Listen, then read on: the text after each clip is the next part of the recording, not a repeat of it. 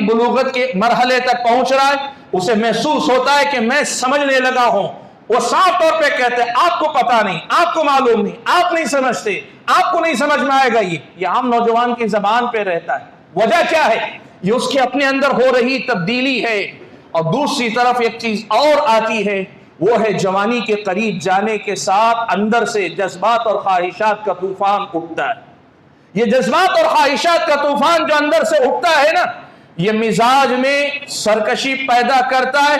और अगर आदमी अपने आप को अक्लमंद भी समझने लगे और अपने जज्बात के जोर पर भी आ जाए, फिर तो मामला इख्तियार से बाहर होता है। आदमी समझता है कि मैं आजाद हूं।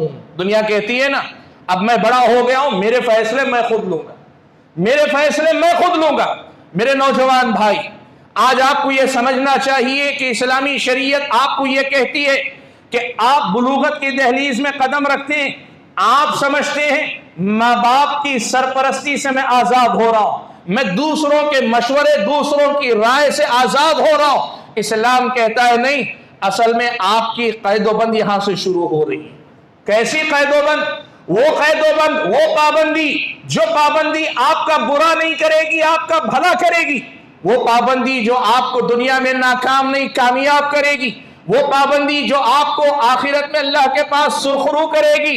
आप बालिग होते हैं तो शरीयत इस्लामिया के पाबंद बना दिए जाते हैं, शरीयत इस्लामिया के आप मुकल्लफ हो जाते हैं। ये जो तब्दीली का मरहला है ना, इस मरहले में हर नौजवान को यह समझना चाहिए कि जैसे ही आपने बुलूगत की दहलीज पे कदम रखा ना, अब आपके हर अमल के आप जवाबदेह हैं अल्लाह ताला के पास।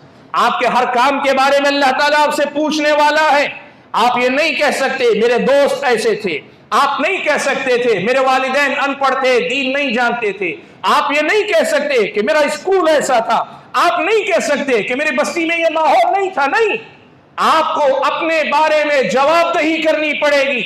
आप अपने आप के जिम्मेदार है सबसे पहले। और आज मैं ये बात बड़ी जिम्मेदारी के साथ कह रहा हूं, इसको याद रखो। हमारे अपने नौजवानों की तरबियत में हम और आप नौजवानों को अंदर से भरने की कोशिश करते हैं कि उभारते हैं बहुत। और उभारते किस बात पे हैं? उभारते इस बात पे हैं कि तुम्हें दुनिया को बदलना है, तुम्हें दुनिया की इस्लाह करनी है, दुनिया में इंकलाब लाना। हम उनको भरते हैं अंदर से। लेकिन जो भरने की जरूरत है वो क्या पता?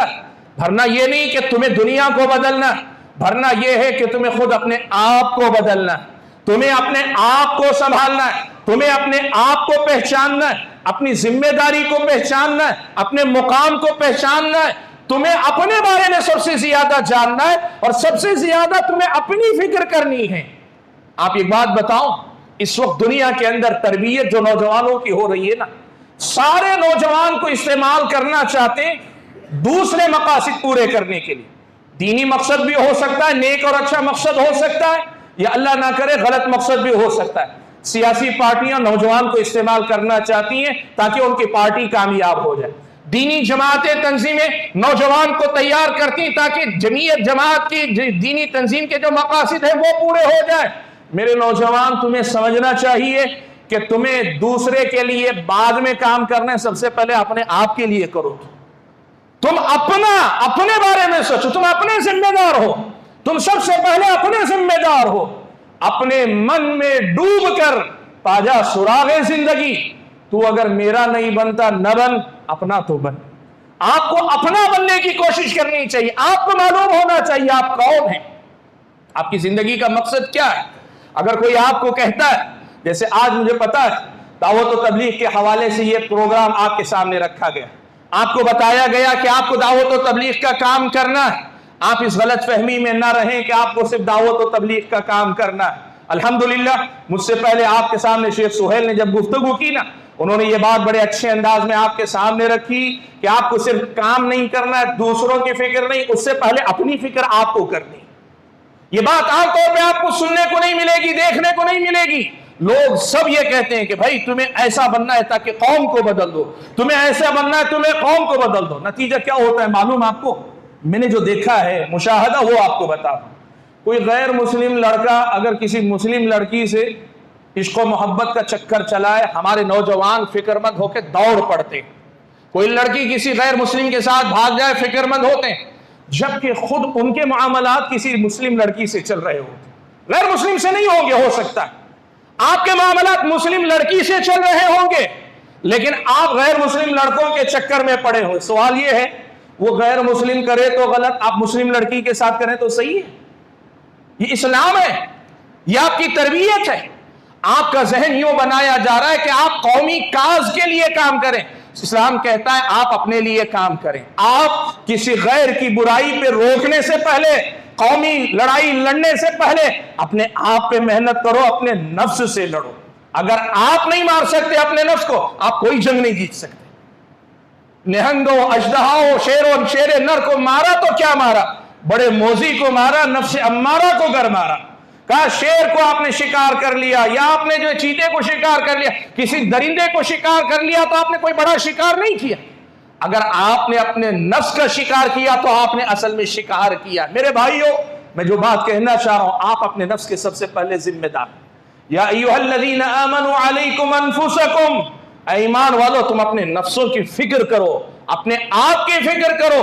आप दूसरों के लिए बाद में हैं, सबसे पहले अपने आप के लिए हैं। आपको अपनी फिक्र करनी चाहिए। आप देखो सहाबा किराम के आप कारनामे पढ़ते ना, एक सहाबी मिसाल के तौर पे सहाबा फुला फुला मुजाहिद थे, बहुत बड़े जिहाद उन्होंने किए, फुला बहुत बड़े आलिम थे, उन्होंने बहुत इल्म फैलाया, फुला बहुत बड़े इंसानियत हुकूमत के जिम्मेदारियों को उन्होंने संभाला। आप जितने भी कारनामे पढ़ते हैं आप अधूरा पढ़ते हैं। सलफ की सीरतों को इस तरीके से पढ़ो कि जो कारनामा आप देख रहे हैं ना, उससे ज्यादा उनकी सीरत, उनकी अपनी जाती जिंदगी के अंदर कैसी। आपको ऐसा नहीं मिलेगा बेनमाजी हो और दीन की खिदमत करता हो, ऐसा आपको सलफ में नहीं मिलेगा। और हमारे समाज में मिलेंगे आपको, दावा सेंटर से जुड़े रहेंगे, जमीयत जमात से जुड़े रहेंगे, या फिर ये कि वेलफेयर का कोई भी काम है उससे जुड़े रहेंगे, और हालत ये होगी कि खुद नमाज जाये करने वाले होंगे, खुद दीन के पाबंद नहीं होंगे, बसा औकात इश्क मोहब्बत के चक्कर में मुब्तला होंगे। मेरे भाइयों, इन मामलात को समझो कि आप सबसे पहले अपने जिम्मेदार, आपको अपने नफ्स को संभालना, आपको अपने आप को संभालना और संभाल कर आगे बढ़ना है। इसकी फिक्र हम और आपको करनी चाहिए। मेरे भाइयों, मैंने कहा दूसरे नंबर पर आप खुद अपने मामलात के जिम्मेदार। पहले सरपरस्त मैंने कहे, और क्यों कहे उसकी वजह बाद में आपको बताऊंगा। फिर आप अपने नफ्स के जिम्मेदार, कोई और आपके बारे में ना सोचे, आपको अपने बारे में सोचना चाहिए।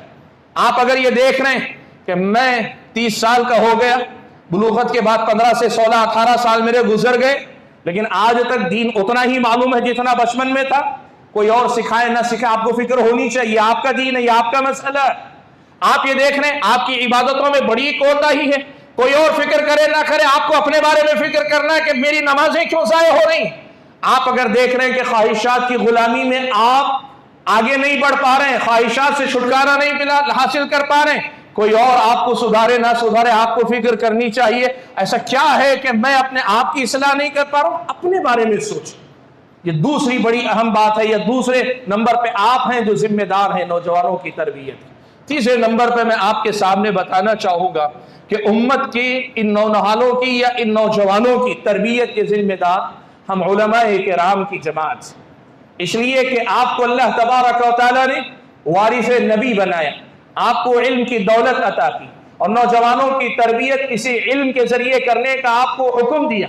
हुवल्लज़ी बअस फिल उम्मिय्यीन रसूलन मिनहुम यतलू अलैहिम आयातिहि व युज़क्कीहिम व युअल्लिमुहुमुल किताब वल हिकमा। अल्लाह ने बताया कि अल्लाह ताला ने रसूल अकरम सल्लल्लाहु अलैहि वसल्लम को क्यों भेजा, क्यों रिसालत का मनसब अता किया। कहा सबसे पहले वो अल्लाह की किताब पढ़कर सुनाएं सबको। आप वारिस नबी हैं, आपकी जिम्मेदारी बनती है कि आप अल्लाह की किताब पढ़ पढ़ कर लोगों को सिखाएं। वही युज़क्कीहिम, अल्लाह के नबी उन उम्मियों की का तज़किया करते थे। ये आपकी जिम्मेदारी है कि इन हमारे नौजवानों का तज़किया करें, इनको पाक करें। कैसे पाक करेंगे? शिर्क से पाक करें, बिदात से पाक करें, बड़े बड़े गुनाहों से पाक करें, ख्वाहिशात की गुलामी से पाक करें, फितनों के पीछे भागने से पाक करें, अखलाकी खराबियों से पाक करें। युज़क्कीहिम, इनका तज़किया करें। व युअल्लिमुहुमुल किताब वल हिकमा, और अल्लाह के नबी की जिम्मेदारी बताते हुए अल्लाह ने कहा कि आप किताब और हिकमत इनको पढ़ाते हैं। आपकी ये जिम्मेदारी है कि इन नौजवानों को किताब और हिकमत आप पढ़ाते रहें। सुबह पढ़ाएं, शाम पढ़ाएं, जुमा में पढ़ाएं, इनफरादी मुलाकातों में पढ़ाएं, दर्स का मौका मिले उसमें पढ़ाएं, ऐसे कोर्स होते हैं कोर्स में पढ़ाएं, जहां मौका मिले वहां पढ़ाएं। कभी आप उन तक जाकर पढ़ाएं, कभी वो आप तक अपने मसाइल लेकर आते हैं तब पढ़ाएं, लेकिन पढ़ाएं किताब और हिकमत की बात, पढ़ाएं किताब और सुन्नत की बात। इमाम शाफी ने हिकमत की तफसीर करते हुए कहा अल हिकमत व सुन्नत, हिकमत सुन्नत है, किताब और सुन्नत इनको पढ़ाएं। ये अल्लाह ताला ने नबी की जिम्मेदारी रखी और नबी के बाद वारिसीन अंबिया की ये जिम्मेदारी आप उलमाए किराम की जिम्मेदारी।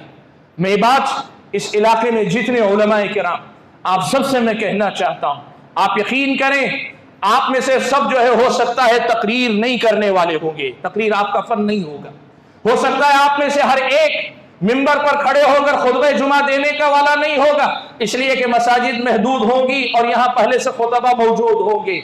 लेकिन आप एक बात याद रखें, तरबियत का मामला इससे कहीं ज्यादा आम है।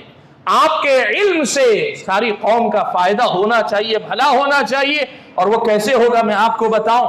देखो एक बात मैं आज आपको बताता हूं, मैं उलमा की बरादरी से ताल्लुक रखता हूं ना, तो मैं आज आपको एक बात बताता हूं, मेरी इस बात को आप समझना। हमारे में हम में से जो भी आलिम होगा, चाहे जितना बड़ा कारोबारी बन गया हो, जिस कदर ज्यादा वो दुनिया में मशगूल हो गया हो, खुतबा नहीं देता हो, फुला नहीं करता हो, लेकिन हमारे अंदर ये तड़प जरूर होती है, लोग चाहेंगे तो मैं अपने इल्म से लोगों को फायदा पहुंचाना चाहता हूं। बस कौम ने मुझे नहीं अपनाया या मैं जैसे चाहता था वैसे मौके मयसर नहीं आए, मैं कहीं सुखड़ गया हूं, कहीं सिमट गया हूं।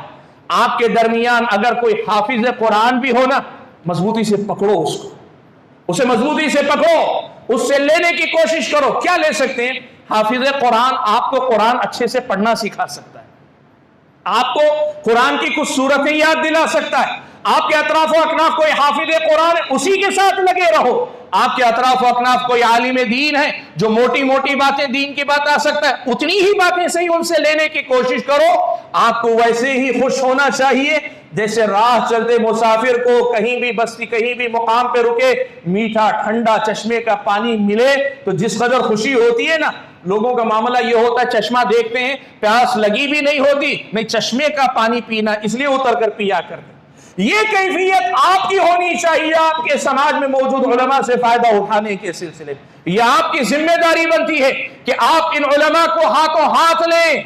और मैं बताऊं कई बार क्या होता है, एक बहुत बड़ा मसला, वो क्या है, मैं मान लीजिए मेरे बारे में आपने जो है जान लिया मेरे अंदर कोई गलती है, कोई कोताही है, मैं कोई गलती करता हूं, कोई गुनाह है मेरे अंदर।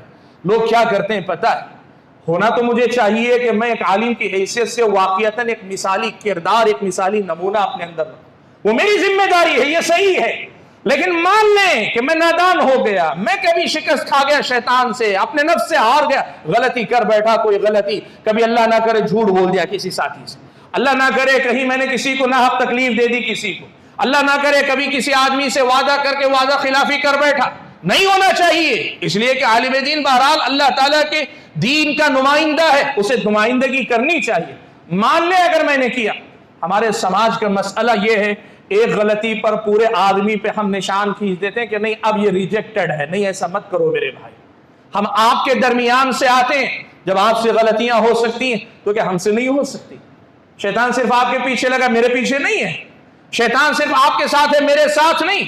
गलतियां मुझसे भी हो सकती हैं। हाँ, उनके गलत को गलत कहो, उनको गलती को सही मत कहो, उनकी गलती पे उनको नसीहत की जा सकती है तो करो, बड़े उलमा से, अपने जैसे उलमा से या उनके सरपरस्तों से किसी तरह नसीहत करो, लेकिन उनके इल्म को जाये मत करो मेरे भाई। देखो कंपनियों में होता यह है कि प्रोडक्ट कोई भी आप खाम माल डालते हैं, उधर से बना बनाया सामान निकल आता है। मदरसों में ऐसे नहीं होता। मदरसों में 100 तलबा आप दाखिला देते हैं, फारिग होते वक्त बराए नाम 10 या 15 उसमें से बन के निकलते हैं।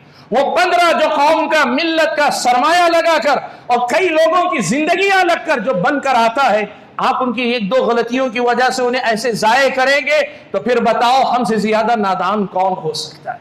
मैं ये कहना चाह रहा हूं कि आप तीसरे नंबर पर उलमा को रखें और उलमा से इस्तिफादे का मामला दो तरफा। सबसे पहले उलमा को अपनी जिम्मेदारी समझनी चाहिए। आपको अल्लाह ताला ने जो इल्म दिया, बल्लिगु अन्नी वलो आया, जो इल्म अल्लाह ने आपको दिया उस इल्म को आप पहुंचाएं, लोगों तक सिखाएं। आज ये सूरत हाल है, लोग गलत कहते हैं, लेकिन फिर भी कहीं ना कहीं आप देखें लोग ये कहते हैं भाई उलमा हमें नहीं मिलते इसलिए हम गैर आलिम से भी सुनने लगते हैं, सीखने लगते हैं। नहीं, गलत ऐसा ना करे, लेकिन उलमा की जिम्मेदारी है कि इसका मौका न दें, इल्म उलमा से लिया जाए, इसका मौका आप फराहम करें। मैंने कहा तीसरे नंबर पे उलमा जिम्मेदार है। अच्छा, चौथे नंबर पे कौन जिम्मेदार है तरबियत का? चौथे नंबर पे जिम्मेदार है ये मस्जिदों के जिम्मेदार, ये जमीयत और जमात के जिम्मेदार, ये कौम व मिल्लत की दीनी तहरीकों के जो जिम्मेदार, मस्जिदों के, जमातों के, दीनी तंजीमों के जो जिम्मेदार है ना। आपको ये मालूम होना चाहिए कि मस्जिद इबादत गाह है, यहां का असल काम इबादत, लेकिन मस्जिद का काम सिर्फ इबादत नहीं। आप जिम्मेदार की हैसियत से अपनी जिम्मेदारी को पहचाने। कल अल्लाह आपसे पूछने वाला है कि आपको मस्जिद की जिम्मेदारी दी गई थी, आपने नमाजियों के लिए अच्छे से अच्छा इंतजाम किया, भरपूर तरतीब आपने की, माशाअल्लाह आपने बहुत अच्छा किया, लेकिन आपने सिर्फ मस्जिद को नमाज का मुकाम बनाया। यहां से लोगों को जो इल्म मिलना चाहिए था, जो तरबियत मिलनी चाहिए थी, मर्दों को जो इल्म मिलना चाहिए था, औरतों को जो तरबियत मिलनी चाहिए थी, उस सिलसिले में आपने क्या फिक्र की? कल आपसे पूछा जाने वाला। आप जिम्मेदार, आप दीनी जमीयत और जमात के जिम्मेदार हैं, तो आपको यह मालूम होना चाहिए कि आपसे अल्लाह ताला पूछने वाला है कि जिस जमात और जमीयत की जिम्मेदारी ली थी, उस जमात के अफराद और उस जमात के तवस्सुत से सारी मिल्लत इस्लामिया तक जो पैगाम पहुंचाना, तौहीद समझाना, सुन्नत समझाना, बिदअत समझाना, गुनाहों से वाकिफ करवाना, नेकी का हुक्म देना, बुराइयों से रोकने का जो काम है, वो तुमने किया कि नहीं किया? आपसे पूछा जाने वाला है, आपसे इसके सिलसिले में हिसाबो किताब लिया जाने वाला। आप जिम्मेदार हजरात अपनी जिम्मेदारी को समझें। वक्त इजाजत नहीं देता कि मैं ज्यादा तफसील में जाऊं, मैं मुख्तसर इशारे करते हुए आगे बढ़ना चाह रहा हूं और ये मसला आपके सामने रख रहा हूं कि ये तरबियत की आपकी जिम्मेदारी बनती। और उसके बाद एक और मसला है तरबियत के सिलसिले में जिम्मेदारी का, जिसे हम नहीं समझते। वो क्या है? इस्लामी शरीयत हमें बताती है कि मुस्लिम समाज आपस में एक दूसरे का जिम्मेदार, हम आपस में एक दूसरे के जिम्मेदार, एक दूसरे के करीबी हैं। जिम्मेदारी हम पर भी है। वो कैसे? देखो, एक मसला याद रखो, हर इंसान का मुकाबला तीन चीजों से है। तीन चीजों से हर इंसान लड़ रहा। एक तो मैं मुसलमान हूं ना, मैं जन्नत जाना चाहता हूं, जहन्नम से बचना चाहता हूं, यह हर मुसलमान कहता है। लेकिन अब इस रास्ते में उसे तीन चीजों से मुकाबला करना पड़ता है। सबसे पहले तो शैतान मरदूद है, इब्लीस है, वो हमें बहकाना चाहता है, मुझे गलत राह पे ले जाना चाहता है। दूसरे नंबर पर मेरा अपना नफ्स है, नफ्स अम्मारा है, मेरे अंदर की ख्वाहिशात हैं, मेरे अंदर के नफ्स है जो मुझे सीधी राह से बहकाना चाहता है। तीसरे नंबर पर ये दुनिया है, दुनिया की रंगीनियां हैं, यहाँ की लज्जतें, यहाँ की रौनकें हैं, यहाँ की पुरकशिश चीजें, ये तीनों चीजें मुझे राह रास्त से बहकाना भटकाना चाहती। ईमान जब मेरा मजबूत होता है ना, तो मैं तीन को आसानी से पछाड़ लेता हूं, सिराते मुस्तकीम पे जमा रहता हूं, अल्लाह ताला की फरमा बरदारी पे लगा रहता हूं। नफ्स भी हार जाता है, शैतान भी हार जाता है, और दुनिया भी मुझे हरा नहीं सकती, मैं जीत जाता हूं।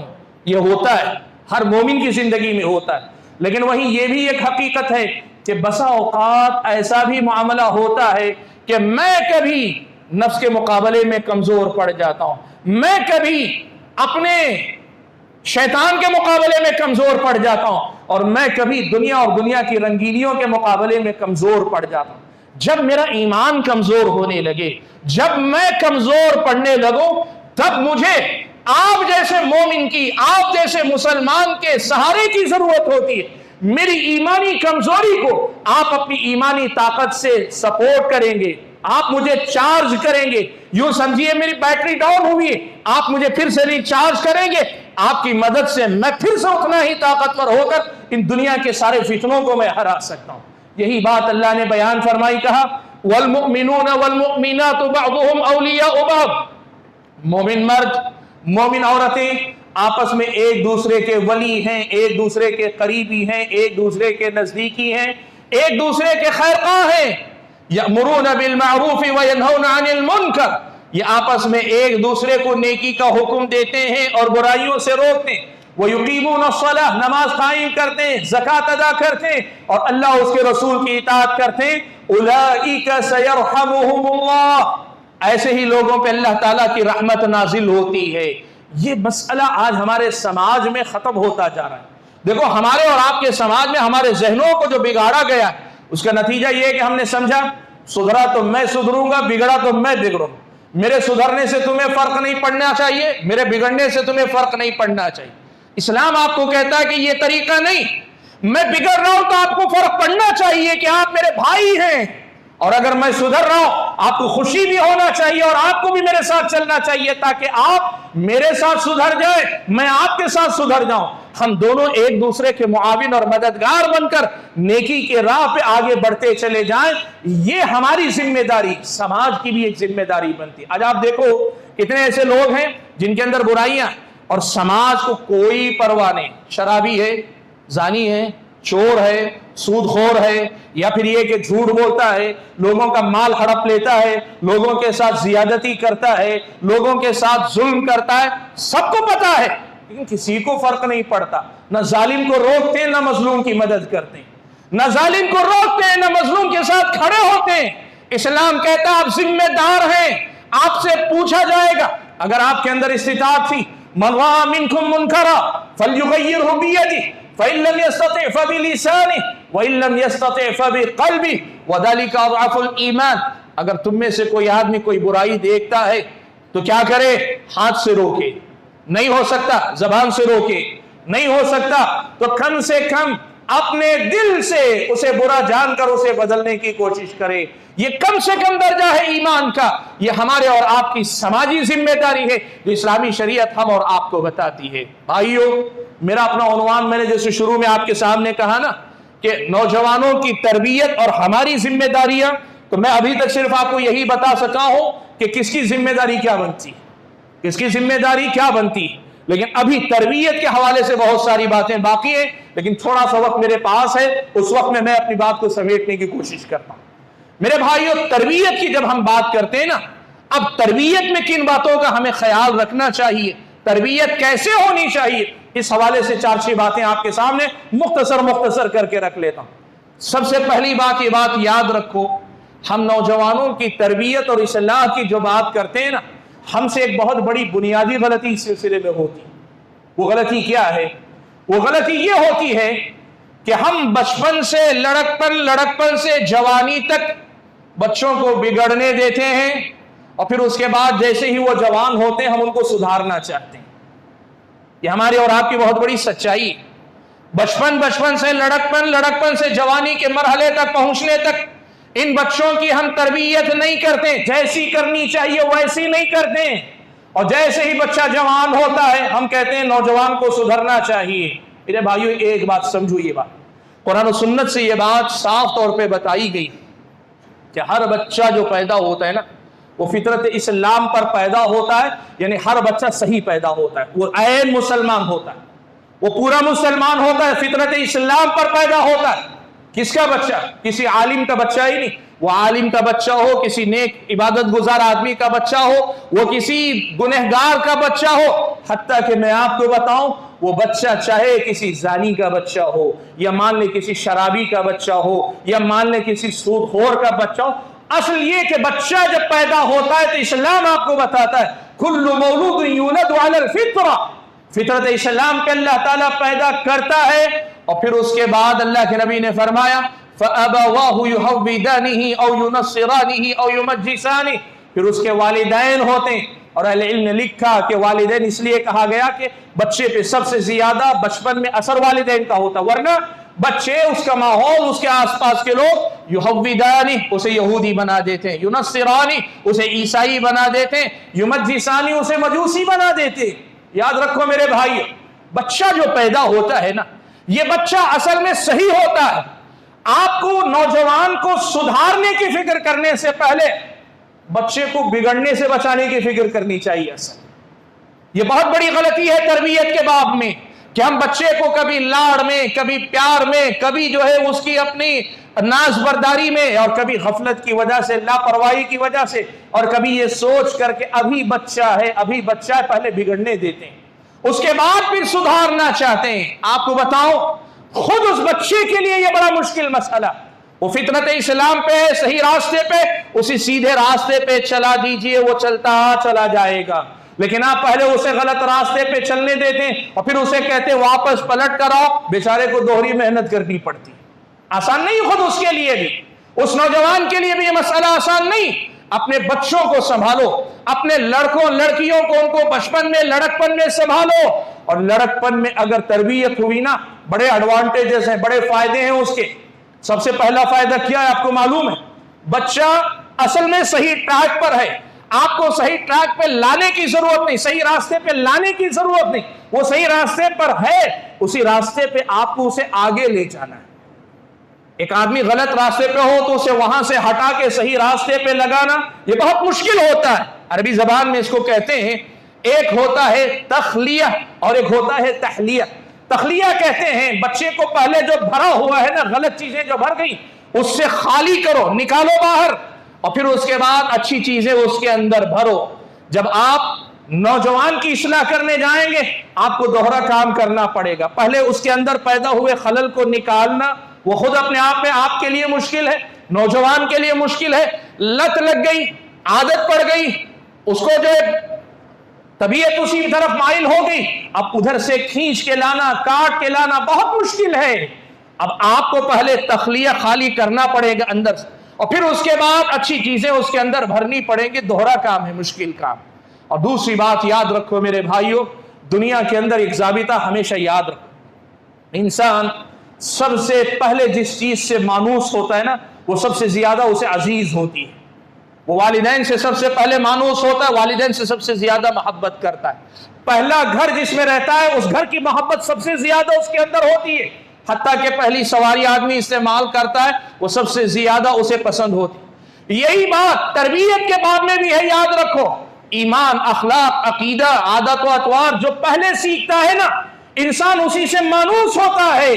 इसलिए करना यह है कि सबसे पहले सही बुनियाद पे तरबियत कर दो, ताकि वह बच्चा कहीं भी जाए वो बुनियादें उसकी मजबूत रहें, वो हमेशा सही रास्ते पर कायम रहे। शायर ने इस हकीकत को समझाया, बड़े प्यारे अंदाज में समझाया और बड़े अच्छे अंदाज में समझाया। वो कहता है, मकतब का सबक ज़हन में महफूज है अब तक, मकतब का सबक ज़हन में महफूज है अब तक, मुझ पर नहीं होता है असर और किसी का। आप इस हकीकत को देखें। आज आप में से जितने बुजुर्ग हैं जिन्होंने मदरसे में नहीं पढ़ा है, उनसे मेरा सवाल है, आज आपकी नमाजों में जो दुआएं आप पढ़ते हैं वो आपने कब याद की थी? आपने की अक्सरियत उसी बचपन में या तो वालिदैन के जरिए या मस्जिद के मकतब के जरिए जो आपने याद किया था, उसी पे आपकी जिंदगी चल रही, उसी पे आपका गुजारा हो रहा है। वो मकतब की जो तालीम होती है ना, वो बहुत कीमती होती है। इसीलिए नौजवानों की तरबियत की आप बात कर रहे हैं तो आपको सबसे पहले बस्ती के मकतब को संभालना पड़ेगा। आपकी मस्जिद में मकतब हो, आपके बस्ती मोहल्ले में मकतब हो, और ऐसा मकतब हो कि आप ये मसला साफ तौर पे याद रखें कि मुस्लिम समाज का हर बच्चा और हर बच्ची मकतब की तालीम जरूर हासिल करे, मकतब की तालीम से वह कभी महरूम ना रहे। आज आपको इसकी फिक्र करनी चाहिए। मुझे नहीं पता कि आपकी बस्ती का क्या हाल है, लेकिन जो मैं देखता हूं इधर उधर आते जाते हुए, आज बेइंतहा गफलत है मकतब की तालीम से। हमारे बच्चों के मकतब की तालीम की कोई फिक्र नहीं, और अगर कहीं मस्जिदों में चलता भी है मकतब तो होता यह है बमुश्किल 20, 30, 40, 50 और कभी 100 तलबा मस्जिद में आ जाते हैं। जिम्मेदार भी खुश में हैं, सब खुश हैं कि माशाल्लाह हमारे मकतब में 100 तलबा पढ़ते हैं। सवाल यह है कि आपके मकतब में क्या सिर्फ 100 तलबा ही हैं? क्या आपकी बस्ती में सिर्फ 100 ही बच्चे हैं? आपने 100 बच्चों को तालीम दी, बकिया बच्चों का क्या होगा? आज आपको मैं बताऊं, आज आपको ये बात मालूम होना चाहिए कि हमारे और आपके जो बच्चे स्कूल और कॉलेजेस में जाते हैं ना, कुछ बच्चे मदरसों को जाते हैं, कितना परसेंटेज है उनका? सचर कमेटी की रिपोर्ट माने तो 2 से 3%, लेकिन अगर जरा दिल बढ़ा करके मान लें 5% बच्चे मदरसा जाते होंगे, और बड़ा कर लें 10% बच्चे मदरसा जाते होंगे, उतना ही ना 90% बच्चे ऐसे हैं जो बच्चे स्कूल और कॉलेज में जाते हैं। और आप बताओ, स्कूल और कॉलेज जाने वाले बच्चों को उनकी जिंदगी में कहीं दीनी तालीम और तरबियत मिलती है? उनको इल्म मिलता है, तालीम मिलती है। वो इंजीनियर भी बनते हैं, डॉक्टर भी बनते हैं, वो माशाल्लाह साइंटिस्ट भी बनते हैं, वो बहुत कुछ बनते हैं और बनना भी चाहिए, गलत नहीं है। लेकिन जो दीनी तरबियत है वो अगर तरबियत न मिल पाई तो क्या होगा? यही होगा जो हम देख रहे हैं कि इतनी बड़ी तादाद है मुसलमानों की, वलाकिन्नहुम गुसा, उनका गुसा इस सैल जैसे समंदर का झाग होता है जो दिखने में तो बहुत है लेकिन उसका कोई वजन नहीं, कोई हैसियत नहीं। यही आज हमारी हालत है। इसलिए आप सारे बच्चों को मदरसे का बच्चा नहीं बना सकते, लेकिन आप सारे बच्चों को मकतब का बच्चा बना सकते हैं और बनाना चाहिए आपको। और आज मैं कहूं, बात दूर तक जाएगी लेकिन कहूंगा, मुल्क के हालात जैसे कुछ हो रहे हैं उसमें आप ये बात समझ लें, अगर आपने मकतब नहीं संभाला तो फिर आपकी कौम को कोई नहीं संभाल सकता। आपने अगर अपने बच्चों को मकतब के मरहले में सही तालीम नहीं दी, आप यकीन करो आपके बच्चों को कोई नहीं संभाल सकता। क्यों? इसलिए कि तामीर में मेहनत ज्यादा लगती है, तखरीब यानी बिगाड़ने में मेहनत ज्यादा नहीं लगती। और सूरत हाल यह है कि यहां बनाने वाले लोग कम है, बिगाड़ने वाला माहौल ज्यादा है। ये दुनिया का माहौल कैसा है आप जानते हैं। कारोबार देखो, कारोबार में आदमी हलाल कमाना चाहता है, उसे हलाल से हराम की तरफ ले जाने वाले 10 दरवाजे खुले हुए हैं। आज एक आदमी कर्ज लेना चाहता है, कर्ज नहीं मिलता, लेकिन लोन सूदी कर्जा लेना चाहे, बैंक आगे बढ़ बढ़ के लोन पे लोन देने जाता है। यहां बिगाड़ने के असबाब ज्यादा। कॉलेजों के अंदर हया और शर्म का कोई लिहाज नहीं रह गया। आज तो ये सूरत हाल है, किसी लड़के की अगर गर्लफ्रेंड ना हो, किसी लड़की का बॉयफ्रेंड ना हो तो लोग उसे ताज्जुब से देखते हैं। वो बच्चे आपसे आके नहीं कहते, आप याद रखो, दीनदार घरानों के बच्चे, बाअखलाक घरानों के बच्चे, अच्छे खानदान के बच्चे, लेकिन उनका माहौल ऐसा है कि उनके माहौल में ये उन पे तंज होता है अगर वो दीनदार रहना चाहते हैं। ऐसे माहौल में हमको तो मेहनत दोहरी करनी चाहिए थी ना। हमने क्या किया? तरबियत नहीं की शुरू में, तो क्या होगा? यही होगा कि इतने सारे लोग हैं, नौजवान हैं, कौम, मैंने कहा ना कि नौजवान ही नौजवान है पूरी कौम के अंदर, लेकिन वो नौजवान के जिसकी जवानी खुद उसके लिए और कौम के लिए बाइस इफ्तिखार हो, ऐसी जवानियां ढूंढने से नहीं मिलेगी आपको। आप यकीन करो, वो जवानियां आप देखना चाहते हैं तो अपने मकतबों की हिफाजत करो, अपने बच्चों के लिए मकतब की तालीम का इंतजाम करो। हमारे नौजवान बहुत कुछ करना चाहते हैं, सियासी उखाड़ पछाड़ में जाना चाहते हैं, वो इधर जाना चाहते हैं, उधर जाना चाहते हैं। मेरे नौजवानों, आप कुछ करना चाहते हैं अपनी जात से आगे बढ़कर, कौम की इस दौर में सबसे बड़ी खिदमत यही है कि आप कौम के नौनहालों के लिए मकतब का इंतजाम करो। आप 2-4 लोग मिल जाएंगे, एक किसी आलिम हाफिज कुरान की तरफा का इंतजाम हो सकता है, आप मकतब का इंतजाम कर लें। हर मोहल्ले में बच्चों की मकतब की तालीम का इंतजाम करें कि यहीं से असल में नौजवानों की तरबियत की बुनियाद पड़ती। बुनियाद जब सही पड़ जाए ना, खिश्ते अव्वल चूनहद मेमार कज तासुरैया मीर अवज दीवार कज का, अगर मेमार पहली ईंट टेढ़ी रख दे, अगर सुरैया तक भी दीवार जाएगी तो टेढ़ी ही दीवार उठेगी। इसलिए बुनियाद के पत्थर को सही करो, बुनियाद को संभालो। जिस दिन आपने बुनियाद को संभाल लिया, अल्लाह के फजल व करम के बाद आपकी ये मेहनत आपके कौम के मुस्तकबिल को बदल देगी, आपके कौम के मुस्तकबिल को संवार देगी। आप करना चाहते हैं कौम के लिए तो अपने बच्चों को मेहनत करो। जिस घर के बच्चे मकतब में नहीं आता है, जाके बात करो, कहो आप अपने बच्चे को मकतब में भेजिए। और अगर वो कहते हैं हम नहीं भेज सकते, मालूम कीजिए दीनी तालीम के लिए आपने क्या इंतजाम किया। ज्यादा कोई मौलाना बनाने के लिए नहीं कह रहे, उनको मुसलमान बनाने की कोशिश कीजिए। वो मुसलमान है, लेकिन मुसलमान बनाने का मतलब जो जानता है, अपने मकसद को जानता है, ऐसा मुसलमान बनाने की कोशिश कीजिए। मेरे भाइयों, बात बहुत लंबी हो रही है लेकिन मैं समेटने की कोशिश करता हूं। मकतब की तालीम के बाद आगे बढ़कर नौजवान की तरबियत जो होनी चाहिए ना, इसमें 2 चीजों का ख्याल रखना चाहिए। वो क्या है? एक चीज तो ये कि तरबियत 2 तरफा होती। कुछ चीजें सिखानी पड़ती हैं कि तुम्हें यह करना है, और कुछ चीजें सिखानी पड़ती हैं कि तुम्हें इन चीजों से बचना है। ये दोनों चीजें तालीम और तरबियत में होनी चाहिए। चाहे नौजवान खुद पे मेहनत करता हो, सरपरस्त करते हो, उलमा करते हो, मस्जिद के जिम्मेदार करते हो, दीनी जमात और जमीयत के लोग करते हो, या समाज और मुआशरे के लोग फिक्र करते हो, तरबियत 2 तरफा होनी चाहिए। आप कुछ चीजें सिखाएं कि तुम्हें ये और ये और ये करना है, और कुछ चीजों से रोकें कि इससे बचना है। क्या सिखाना है, किससे बचना है, मुख्तसर आपके सामने रख देता हूं। सबसे पहले ये बात याद रखें, नौजवान को जो सिखाना है वो क्या? एक लड़कपन की उम्र में मौजूद बच्चे को सिखाना है वो क्या? उसे अल्लाह की पहचान दीजिए, अल्लाह ताला का तारुफ उसके सामने करवाइए। वो अल्लाह को जानता मानता है, वो कलिमा पढ़ता है तो मानता है, लेकिन अल्लाह के बारे में वो ज्यादा कुछ नहीं जानता। इसीलिए औलिया की करामात सुनता है तो औलिया की ऐसी मोहब्बत में गिरफ्तार होता है कि औलिया की मोहब्बत के नाम पे शिर्क व बिदअत तक चला जाता है। अगर वो अल्लाह ताला को कमा हक़ हो जान ले, कभी वो अल्लाह ताला के साथ गैरुल्लाह को शरीक नहीं ठहराएगी। अल्लाह की पहचान नौजवान को दो, रसूल अकरम सल्लल्लाहु अलैहि वसल्लम की पहचान दो, तारुफ करवाओ अल्लाह के नबी कौन थे, आपकी जिंदगी में आपने क्या मिशन लिया था, आपने लोगों को क्या पढ़ाया, क्या सिखाया था। अल्लाह के नबी का तारुफ करवाओ, दीन पढ़ाओ कि तुम्हारा दीन क्या है, और दीन पढ़ाने के नाम पे क्या पढ़ाना चाहिए मालूम, शुरुआत कहां से करना चाहिए। इल्म के दो दर्जे, एक इल्म वो है जिसे फर्दे किफाया कहते हैं, यानी वो इल्म के जिसका हर मुसलमान पे सीखना जरूरी है। आप मुसलमान हैं, वो इल्म आपको होना चाहिए।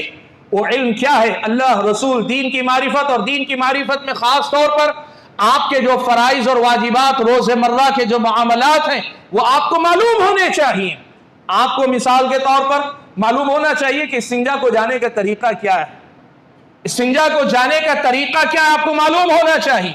आपको मालूम होना चाहिए कि नजासतें, नापाकियां किस किस किस्म की होती हैं, कौन सी नापाकी पे वजू टूटता है, कौन सी नापाकी पे गुस्ल वाजिब होता है, ये मालूम होना चाहिए। आज आपको मैं बताऊं, हमारी इस तरबियत में खलल ऐसे आया कि कुछ तंजीमों के काम करने का अंदाज ऐसा है, वो अमेरिका आपके खिलाफ ये साजिश कर रहा है, यूरोप आपके खिलाफ ये साजिश कर रहा है, इस मुल्क के अंदर फुला तंजीम आपके पीछे पड़ी।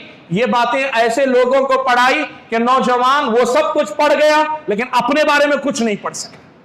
आज आप पूछें, इसी मजलिस में आप बैठे 10 नौजवानों को अगर उठाकर पूछ लें कि आपको पता है, मैं कहूं तो बुरा ना माने इस लफ्ज को, लेकिन खुल के कह रहा हूं ताकि आप समझे प्रॉब्लम कहां है।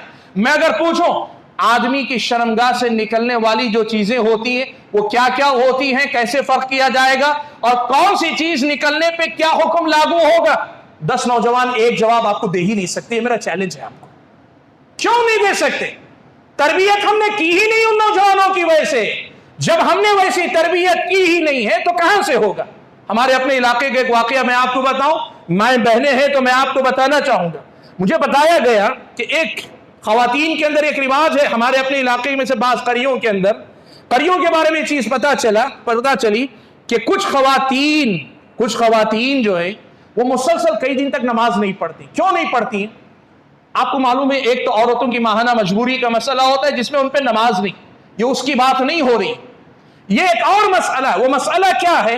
मसला ये है कि वो जॉइंट फैमिली में रहती, जॉइंट फैमिली, मिला जुला घर, कई खानदान यानी शादीशुदा कई जोड़े एक घर में रहते हैं। अब उनके पास ये मसला है कि अगर बीवी शौहर से सिर्फ मुआनका कर ले, आपको मालूम है जायज है, बल्कि कारे सवाब है, अगर बीवी शौहर से मुआनका कर ले तो उनके दिमाग में यह बात है कि उस लिबास में फिर वो नमाज नहीं पढ़ सकती, ऐसा उनको मालूम। अब शौहर बीवी हैं, शादीशुदा हैं, जवान हैं, घर में रहते हैं, वो मिलते हैं, शौहर बीवी मुआनका कर लेते हैं। अब बीवी का मसला यह है, जॉइंट फैमिली में रहती है, कपड़े बदलेगी, घर की दूसरी औरतें पूछेंगी क्या हुआ, क्यों बदली, शर्म के मारे बोल नहीं सकती शौहर से मुआनका किया है, इसलिए बेहतर यही समझती हैं कि मुआनका कर लिया है, 3 दिन 2 दिन तक कपड़े ही ना बदले और 3 दिन 2 दिन तक नमाज ही ना पढ़े। ये जहालत है हमारी कौम की। आप समझे, देखें मसला कहां है। उनको तरबियत करके बताने की जरूरत थी कि किसी शौहर का बीवी से या बीवी से शौहर से मुआनका हो जाए, कपड़े नापाक नहीं होते, ये मसला उनको बताने की जरूरत है। लेकिन तरबियत नहीं होती ना तो ऐसा खलल पाया जाता है। मेरे भाइयों, सिखाने की जो बातें हैं ना वो यहां से शुरू होनी चाहिए। रोज़मर्रा के मामलात, मामूलात तुम्हारे क्या हैं, तुम पर फराइज कौन से हैं, पाकी नापाकी के मसाइल जो दिन में कम से कम 10 मरतबा तुम्हें जरूरत पेश आती है। आपको मालूम है पुराने जमाने में भी लोग कहते थे, उलमा, देखो एक चीज मैं आपको बताता हूं, जिन लोगों का दिमाग बहुत ज्यादा इंटेलेक्चुअल हो जाता है ना, जो अपने आप को इंटेलेक्चुअल कहते हैं, हम बहुत ज्यादा इंटेलेक्चुअल लोग हैं, या जिन लोगों के पास कौम और मिल्लत के मसाइल बहुत बड़े हो जाते हैं ना, वो उन उलमा को, जो उलमा ये बातें सिखाते हैं, उनको कहते हैं। पुराने जमाने में वासिल इब्न अता, अम्र इब्न उबैद हसन बसरी पे तंज करते हुए कहते थे कि भाई क्या बात है कि हसन बसरी की गुफ्तगू, लफ्ज के लिए माफ करें, ला यखरुजु अन सराविल निसा, इनकी गुफ्तगू औरतों के सिरवाल के अलावा किसी और के बारे में नहीं होती, यानी वो माहवारी के मसाइल, निफास के मसाइल, पाकी नापाकी के मसाइल ही पढ़ाते हैं। आज भी ये तंज हम पर होता है, आज भी ये तंज हम पर होता है। लोग कहते हैं देखो ये लोगों को तहारत बता रहे, लोगों को फलां बता रहे, जबकि दुश्मन इनके गले काटने के लिए तैयार है। अल्लाह के बंदो, समझो मसले को। इस्लामी शरीयत आपको बताती है ये वो मसाइल हैं जो दिन में आपको 10 मरतबा जरूरत पेश आती है, और इन मसाइल को सीखना आप पे फर्दे आइन है। इन मसाइल को छोड़कर कौम मिल्लत की बात करना यह मनहज का खलल है, यह आपकी सोच का फर्क है, यह इस्लामी शरीयत के तय करदा ज़ाबितों के खिलाफ है। लोगों को सिखाओ, क्या सिखाओ? दीन की बुनियादी बातें सिखाओ, जो बातें हर मुसलमान पे फर्ज हैं, और फिर उसके बाद जैसे जैसे वो सीखते जाएं आगे बढ़ के सिखाते चले जाओ। मेरे भाइयों, वक्त इजाजत नहीं देता कि मैं बहुत दूर जाऊं, लेकिन मैं ये बातें कहना चाहूंगा। कितने मिनट लग सकते हैं? एक बात और मैं आपके सामने कहना चाहूंगा। दीन सीखने की भी अपनी एक तरबियत है, दीन सीखने की भी अपनी एक तरबियत, एक तरतीब है। उस तरतीब को आप नजरअंदाज करेंगे ना, दीन सीख कर आप गुमराह हो जाएंगे। आपने क्या सुना? मेरा जुमला सुना कि नहीं सुना आपने? मैंने कहा दीन सीखने की एक तरतीब इस्लाम ने रखी। अगर आप उस तरतीब का लिहाज नहीं रखेंगे, बसा औकात दीन सीख कर भी आप गुमराह हो सकते हैं। वो कैसे? मैं पहले आपको दलील दे देता हूं। इमाम बुखारी रहमतुल्लाहि अलैहि ने हजरत अली इब्न अबी तालिब रज़ियल्लाहु तआला अन्हु का यह असर रिवायत किया कि हजरत अली इब्न अबी तालिब रज़ियल्लाहु तआला अन्हु ने कहा कि लोगों हद्दिसुन्ना बिमा यारिफून, लोगों को बताओ, सिखाओ तो वो बातें बताओ जो बातें मारूफ हैं, जो रोज़मर्रा के मामूलात के मुतालिक हैं। अतुरीदून अन युकज़्ज़िबल्लाहु व रसूलहु, क्या तुम चाहते हो नई नई बातें लोगों को बताकर उस मुकाम पे ले जाना चाहते हो जहां उनका जहन वो बातें कबूल ना कर सके, वो अल्लाह और उसके रसूल ही को झुटला बैठे? हजरत अब्दुल्लाह इब्न मसूद कहते थे मुस्लिम की रिवायत में, कल्लिबुन्नास अला क़द्रि उक़ूलिहिम, लोगों की अक्ल, उनकी समझबूझ के मुताबिक लोगों को मुखातब किया करो। क्या होगा अगर ऐसा नहीं होगा? तो क्या होगा? कहा वो फितना होगा कि लोग जो है, तुम अगर उनके अक्ल से परे जाकर बात करोगे, वो तुम्हारी बातों को झुटला देंगे, इस तरह दीन के झुटलाने वाले बन जाएंगे। मेरे भाइयों, आज हमारे और आपके समाज का मसला मैं आपको बताऊं, ये यूट्यूब ने, फेसबुक ने, फला ने क्या किया। इनको अपने बुनियादी मसाइल नहीं मालूम, इस्लामी शरीयत के अकायद नहीं मालूम। कुछ चैनलों पे बैठकर कुछ लोग, कुछ डॉक्टर, कुछ इंजीनियर, कुछ ऐसे लोग जो अरबी नहीं जानते, दूसरे नहीं जानते, सीधे सीधे उन्होंने सहाबा के दरमियान जो इख्तिलाफात हुए, आले बैत सहाबा के इख्तिलाफात के मसले को सबसे पहले लोगों को सिखाए। हमारे नौजवानों की मुसीबत यह है, दीन की बुनियादी बातें नहीं जानते, सीधे वो मसाइल समझना चाहते। नतीजा क्या होता है मालूम है आपको? उनको यह समझ में आता है कि भाई कुरान और सुन्नत से बात की जा रही है, फौरन मसले को ले लेते हैं। नतीजा क्या हुआ? ये तरतीब जो दीन ने सीखने की थी वो न रखने की वजह से आज ये सूरत हाल है कि दीन के नाम पर लोग नौजवान गुमराही की तरफ जा रहे हैं। इसलिए एक तरतीब है दीन के अंदर, आप उस तरतीब से दीन सीखो। आपको अपनी बुनियादें पहले मजबूत करनी चाहिए, ईमान की बुनियादें, इस्लाम की बुनियादें, अखलाक की बुनियादें, अहकाम की बुनियादें, इनको पहले तय करो। उसके बाद फिर अल्लाह ने वाकई इल्म दिया है, और अगर जरूरत पड़ती है तो मुतकद्दिम उलमा से लेके मुताखिर उलमा तक दीन को जैसे सहाबा, ताबीन, तबे तबीन ने समझाया, उस तरीके पर दीन को समझने की कोशिश करो, तभी आप दीन सीख सकते। मैंने कहा दो चीजें, एक चीज है कुछ चीजें नौजवानों को देनी चाहिए, और दूसरी चीज है कुछ चीजों से बचाना चाहिए।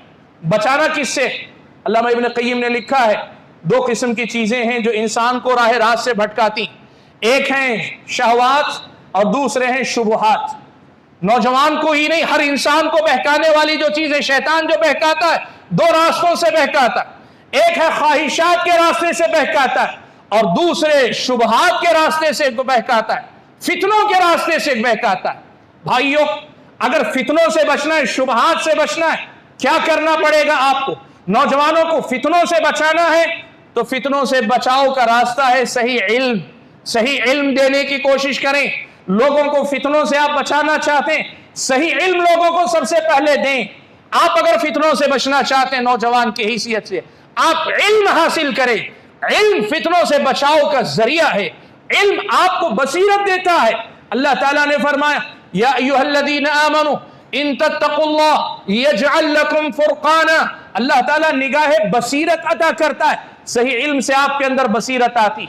और अगर आप इल्म हासिल नहीं कर पा रहे, तब फिर आपके लिए दूसरा इंतजाम इस्लाम ने यह किया है कि आप अपने आप को उलमा से जोड़ कर रखो। आप अपने आप को उलमा से जोड़ कर रखो। क्यों? कहा इसलिए कि फितने जब आते हैं ना, हसन बसरी रहमतुल्लाहि अलैहि कहते थे, सुफियान सौरी रहमतुल्लाहि अलैहि कहते थे, जब फितने आते हैं तो आलिम फितनों को पहचान लेता है। उलमा जो होते हैं वो फितनों को पहचानते हैं। आम लोग फितने को पहले नहीं पहचान पाते, लेकिन जब फितना गुजर जाता है तो फिर सारे लोगों को पता चलता है कि ये फितना था, ये आजमाइश थी। माजी करीब में हुआ, आपने देखा ISIS का मसला आया, दाइश उठे, जज्बाती नौजवान पूरे के पूरे उनकी ताईद में चले गए, चाहे उन्होंने कुछ किया हो ना किया हो बात की बात, लेकिन उसके दीवाने हो गए थे। उलमा रोकते रहे, समझाते रहे, कहा कि ये गुमराह तंजीम है, इससे बचकर रहो। लोगों ने माना नहीं, लेकिन जब हालात ऐसे हुए, बदला, सब कुछ हो गया। आज बहुत सारे ऐसे नौजवान हैं जो पहले भागे थे उनके पीछे, आज कहते हैं बहुत बड़ी आजमाइश थी जिसमें हम मुब्तला कर दिए गए थे। अल्लाह के बंदो समझो, अल्लाह ताला इल्म के जरिए बसीरत अता करता है, और फितने जब आते हैं अहले इल्म उसे पहचानते हैं। इसीलिए आपको ये बात मालूम होनी चाहिए, सलफ सालिहीन का एक मसला, जब भी कोई बड़ा मसला खड़ा होता ना तो वो ये देखा करते कि उम्मत के जो बड़े उलमा हैं वो कहां हैं, किसके साथ, क्या वो इस मसले में इन्वॉल्व है। अगर इन्वॉल्व है तो ठीक, नहीं वो अगर नहीं है तो हम क्यों उसमें जाएं। सबसे पहले तो उलमा की जिम्मेदारी है ना। इस्लामी शरीयत की ज़ाबिते को आप समझें कि फितनों के से बचने के लिए आपको उलमा से ताल्लुक मजबूत रखना पड़ेगा, और आलिम को छोड़कर अगर आपने गैर आलिम को अपनाया, वल्लु फअवल्लु, वो खुद गुमराह होंगे, आपको भी गुमराह करेंगे। और दूसरी बात मैंने कही, ख्वाहिशात से बचना पड़ेगा। ख्वाहिशात से बचने के लिए मेरे भाई सिर्फ एक ज़ाबिता याद रख लो, बात आपके सामने खुल जाएगी। और वो क्या है, वो ज़ाबिता क्या है? देखो बहुत आसान, इस्लामी शरीयत आपको ख्वाहिशात को मारने का, खत्म करने का हुक्म नहीं देती। इस्लाम आपको कहता है कि आपको अपनी ख्वाहिशात को एक महदूद दायरे में रहकर पूरा करना। दुनिया में दो किस्म के लोग, एक तो रहबानियत है, ईसाइयों ने जिसे लाई, उसका मतलब क्या, आदमी को शादी नहीं करनी चाहिए, आदमी को दुनिया की लज्जतों से ताल्लुक खत्म कर लेना चाहिए, आदमी को अपनी ख्वाहिशात मार लेनी चाहिए। इस्लाम ने इससे मना किया। हजरत उस्मान इब्न मज़ून आए, आकर अल्लाह के नबी से पूछने लगे, अल्लाह के नबी क्या मुझे तबत्तुल की इजाजत है कि मैं शादी करने के काबिल ना रह जाऊं, अपने आप को ऐसा कर लूं? अल्लाह के नबी ने मना किया। साहबा कहते हैं अगर अल्लाह के नबी ने उस्मान इब्न मज़ून को इजाजत दी होती, हम भी अपनी लख्त तसैना, यही अल्फाज हैं, हम भी खसी कर लेते ताकि ख्वाहिशात ही मर जाएं। अल्लाह के नबी ने मना किया।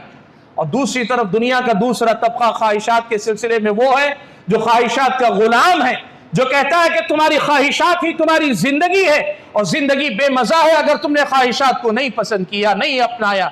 और आज ये जो टीवी कल्चर, ये जो फिल्मों का कल्चर, ये जो OTT पे आपके सीरियल चलते हैं उनका कल्चर, ये आपके कॉलेजों का कल्चर, ये आपके बस्ती मोहल्ले का कल्चर, ये कल्चर आपको यही सिखाता है कि ख्वाहिशात को पूरा करना ही असल जिंदगी है। इस्लाम कहता है वो भी गलत है, ये भी गलत है। इस्लाम आपको कहता है हर जायज ख्वाहिश जो आपकी ख्वाहिश थी उसे इस्लाम ने पूरा करने का जायज मुकाम रखा। जब तक जायज दायरे में रहकर आप पूरा करेंगे, आपकी ये ख्वाहिशात आपको दुनिया का अच्छा इंसान और आखिरत का एक अच्छा इंसान बनाएगी। आप अगर हद से आगे बढ़ेंगे तो फिर ये ख्वाहिशात आपकी दुनिया और आखिरत को तबाह कर देगी। इसलिए ख्वाहिशात के सिलसिले में इस्लाम का तय करदा जो ज़ाबिता, उस पर ये ईमान मजबूत करो कि अगर हमने इसके खिलाफ किया तो हम बर्बाद कर दिए जाएंगे। और आखिरी बात, 2 मिनट पे खत्म कर लूंगा बात, आखिरी बात जो मैं आपके सामने कहना चाहूंगा वो ये कि मेरे भाइयों देखो, एक बात याद रखो, इस वक्त सारी तंजीमें, सारी जमातें जो खैर की तरफ हो या शर की तरफ हो, सब आप पर मेहनत कर रहे, सब आपको निशाने पे लिए हुए, सबको आपकी जरूरत है, लेकिन आपको यह समझदारी दिखाना है कि आपको किसकी जरूरत है। आप ये बात याद रखो, नौजवान क्या है, जैसे ही जवानी के मरहले में आता है उसे इंपॉर्टेंस मिले, अहमियत मिले, उसे अच्छा लगता है। कोई आदमी उसे बता दे भाई आप जो है इस बस्ती के प्रेसिडेंट हैं, फलां तंजीम के आपको हम प्रेसिडेंट बना दे रहे हैं, यूथ विंग के आप जो सेक्रेटरी हैं, आपको हम इस मोहल्ले के जिम्मेदार बना दे रहे हैं। आदमी चाहता है ना कि मुझे अप्रिसिएशन मिले, मुझे एक मुकाम मिले। अक्सर इसी चक्कर में नौजवान मुख्तलिफ किस्म की तंजीमों के पीछे चले जाते हैं। देखो ये बात याद रखो, आपको ये समझ कर तय करना, हर तंजीम को आपकी जरूरत है, लेकिन आपको यह तय करना है आपको किसकी जरूरत है। और आप ये बात देखो सबसे पहले कि आपकी जिम्मेदारी क्या है। आपकी जिम्मेदारी है अल्लाह की तौहीद को समझकर तौहीद दुनिया वालों को समझाना। दुनिया में इससे बड़ा कोई काम नहीं है कि अल्लाह की तौहीद खुद समझकर दुनिया वालों को तौहीद का सबक पढ़ाने वाले हो जाओ। इससे बड़ा कोई काम नहीं, आप यकीन रखो। इसीलिए देखो सारे अंबिया को अल्लाह ने यही काम दिया, अंबिया ही काम है तौहीद समझकर तौहीद समझाओ। इत्तिबाए सुन्नत पे काम करो कि लोगों को सुन्नत का मुत्तबे बनाए, नबी की शरीयत का पैरोकार बनाए, अल्लाह की इताअत रसूलुल्लाह की इताअत का सबक पढ़ा सके। लोगों पे मेहनत करो लोगों का खुद का तज़किया करने के लिए। जब आप खुद को इस काबिल बना लेंगे ना तो फिर वो मुकाम भी आएगा कि आपकी जवानी खुद ब खुद कौम के लिए मुफीद हो जाएगी। ये उल्टी तरतीब है, जैसे मैंने पहले भी कहा। वो तंजीमें जो अपना कैडर बनाती हैं, जो अपने नुमाइंदे बनाते हैं और बनाकर क्या करते हैं, वो अपने मकासिद हासिल करना चाहते हैं। आपने अपने लिए क्या हासिल किया? आप ये काम करें, करने का काम ये है, तौहीद का काम करें, इत्तिबाए सुन्नत का काम करें, तज़किए नफ्स का काम करें और उसके साथ कौम व मिल्लत की तरक्की के लिए काम करें। कौम व मिल्लत की इस मुल्क के अंदर अपनी कौम को और ज्यादा अच्छे मुकाम पे ले जाने के लिए तालीम पर, माश पर, इक्तिसादियात पर और सियासत के अंदर जायज तरीके से जो काम हो सकता है उसमें अपना हिस्सा अदा करने की कोशिश करें। ये आपका तरीका होना चाहिए और यहीं से असल में आपकी मेरी जिंदगी एक मिसाली जिंदगी बन पाएगी। हाज़रीन गिरामी, जो बातें मुझे आपके सामने कहनी थी, हकीकत ये है कि बात नौजवानों की आती है, जज्बात बेकाबू होते हैं, बहुत कुछ बोलने को दिल करता है, लेकिन आज मैंने ये मुनासिब समझा कि आपके इस इलाके में चूंकि जैसे मुझे बताया गया कि कई इलाकों से लोग आए हुए, ये पैगाम आपके सामने वाज़े पहुंचे कि नौजवानों की तरबियत क्या है, हमें क्या करना है तरबियत के नाम पे। और दूसरी बात ये वाज़े तौर पे पहुंचे कि किन लोगों को तरबियत के लिए काम करना चाहिए। ये दो बातें अगर आपने समझ ली कि तरबियत कैसे होनी चाहिए और तरबियत किसको करनी चाहिए, तो इंशाअल्लाह आज की इस मजलिस का, मेरी इस खिताब का या मेरी इस गुफ्तगू का हासिल और निचोड़ आपने समझ लिया। अल्लाह से मेरी दुआ है कि अल्लाह ताला मुझे, आप सभी हजरात को, ख़वातीन को जो कुछ हमने कहा सुना है, कहने और सुनने से ज़्यादा इन बातों को समझकर इन पर अमल पैरा होने की तौफीक अता फरमाए। अल्लाह ताला हमारे नौजवानों की इस्लाह फरमाए, कौम व मिल्लत की इस्लाह फरमाए। अल्लाह ताला हमारी दुनिया भी सुधार दे, आखिरत भी संवार दे। रब्बना आतिना फिद दुनिया हसनह व फिल आखिरति हसनह वक़िना अज़ाबन नार। मैं अपनी गुफ्तगू के इख्तिताम पर इस बस्ती के जो हमारे अपने जिम्मेदार भाई हैं, जिन्होंने मुझे मदऊ करके इसका मौका दिया कि बहुत सारी बातें जो आपके सामने कहने की थी कह सकूं, मैं उन तमाम का फ़र्दन फ़र्दन शुक्रिया अदा करता हूँ और दुआ करता हूँ कि अल्लाह ताला उनके मीज़ान हसनात में इसको शामिल फरमाए। आमीन व आखिरु दअवाना अनिल हम्दुलिल्लाहि रब्बिल आलमीन।